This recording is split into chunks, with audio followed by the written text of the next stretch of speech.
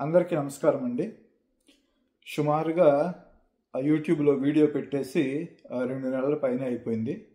Peru trip తర్వాత మళ్ళీ యూట్యూబ్లో వీడియో పెట్టడానికి వీలు పడలేదు. అయితే నేను ఈ మధ్య ఒక పని చేస్తున్నాను. అంటే నేను ఈ హాబీలోకి వచ్చేసి దరిదాపు 18 నెలలు అయింది.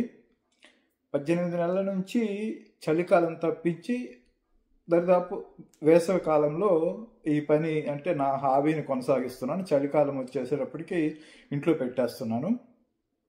సో నాకు చిన్నప్పటి నుంచి కూడా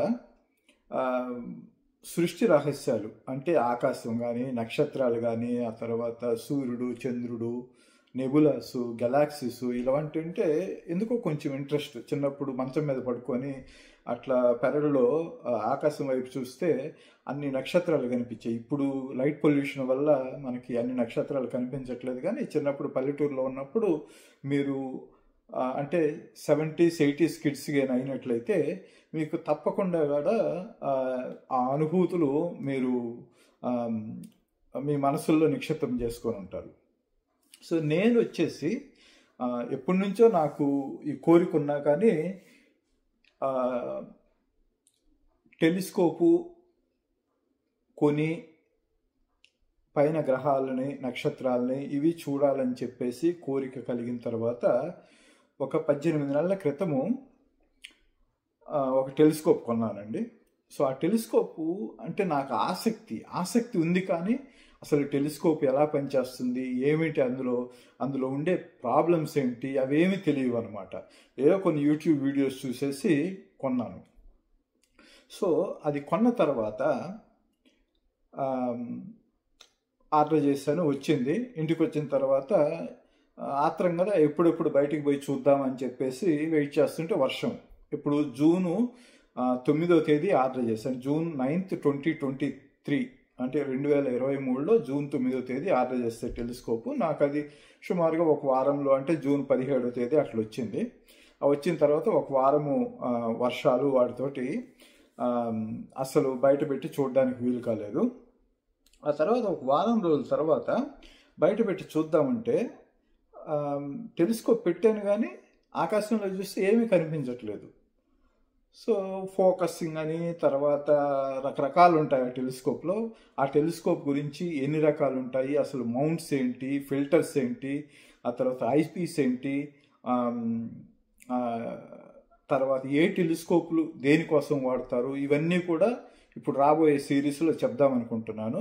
కాకపోతే ఈరోజు ఈ వీడియో పెట్టడానికి కారణం ఏంటంటే నేను టెలిస్కోప్ కొన్న తర్వాత 18 నెలలు అయింది కదా, మొదటి ఒక సంవత్సరం రోజులు కంటితోటి టెలిస్కోప్ను వాడి గ్రహాలని, నక్షత్రాలని, నెబులాస్ని, గెలాక్సీస్ని వీటిని చూడడానికి మొదటి సంవత్సరం రోజులు వాడాను. మొదటి సంవత్సరం రోజులు నేనేం ఫోటోలు తీయలేదు అంటే ఐపీస్లో మన కెమెరా పెట్టి అంటే సెల్ ఫోన్ పెట్టి తీసిన ఫోటోలు తప్పించి స్పెసిఫిక్గా మనము గ్రహాలకు కానీ, నెబులాస్కి కానీ, గెలాక్సీస్కి కానీ వీటి కోసమని కెమెరా కొని నేను ఫోటో తీయలేదు మొదటి సంవత్సరం రోజులు. ఆ తర్వాత ఈ 6 months ఆ కాలంలో అంటే సంవత్సరం అయిపోయింది అని అంటే జూన్కి సంవత్సరం, జూన్ 2024కి సంవత్సరం అయిపోతుంది కదా, అంటే నేను మే ఆ ప్రాంతంలో ఫోటోగ్రఫీలోకి వచ్చాను. సో మే, జూన్, జూలై, ఆగస్టు ఆ 4 months కొన్ని ఫొటోస్ తీశాను అనమాట. ఆ ఫొటోస్ని ఇప్పుడు నా ఛానల్లో పెట్టి చూపిద్దాం అనుకుంటున్నాను.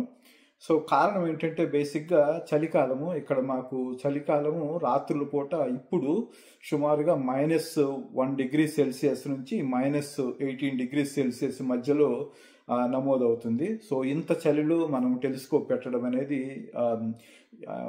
అంటే 20-25 ఏళ్ల వయసులో వాళ్ళకైతే పెద్ద చలి అనిపించదేమో, కానీ నేనైతే ఈ చలిలో బయటికి వెళ్ళలేను.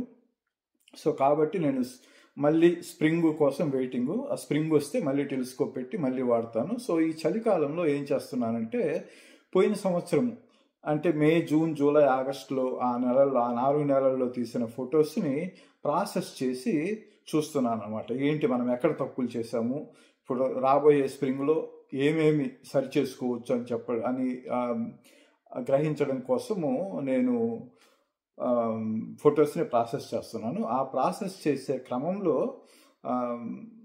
ఈ యూట్యూబ్లో పెడితే ఎలా ఉంటుంది అని ఆలోచన వచ్చేసి ఇప్పుడు ఆ వీడియోస్ని యూట్యూబ్లో పెడతాను. ఇదైతే మొదటి భాగము. సో ఇప్పుడు నేను మన చిరకాల మిత్రుడు, బంధువు, అందరికీ మామ అయినటువంటి చందమామని పెడతాను, చూడండి. సో ఈ సిరీస్లో చందమామ అయిపోయిన తర్వాత ఒక గురుగ్రహాన్ని తీశాను, ఆ తర్వాత శనిగ్రహాన్ని తీశాను, కానీ అది అంత బాగా రాలేదు. అలాగే మార్సు తీశాను, అది కూడా అంత బాగా రాలేదు. ఆ తర్వాత కొన్ని మెస్సియర్ క్యాటలాగ్లో ఉండే కొన్ని గెలాక్సీస్ని, నెబులాస్ని తీశాను, అవి పెడతాను.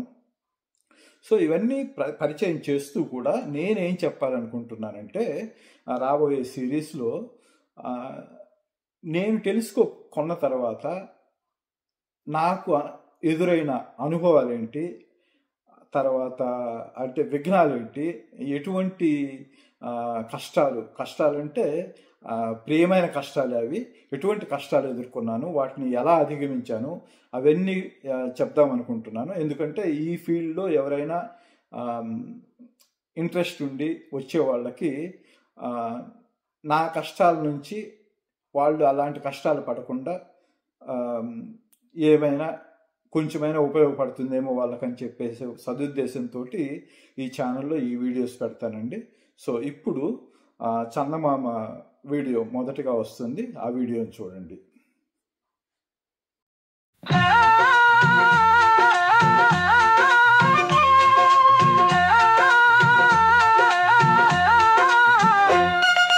చందమామ చందమామ నీలి ఆకాశాన నువ్వు, టెలిస్కోప్లో నిన్ను చూస్తే నా మనసు నిండు ఆనందానం.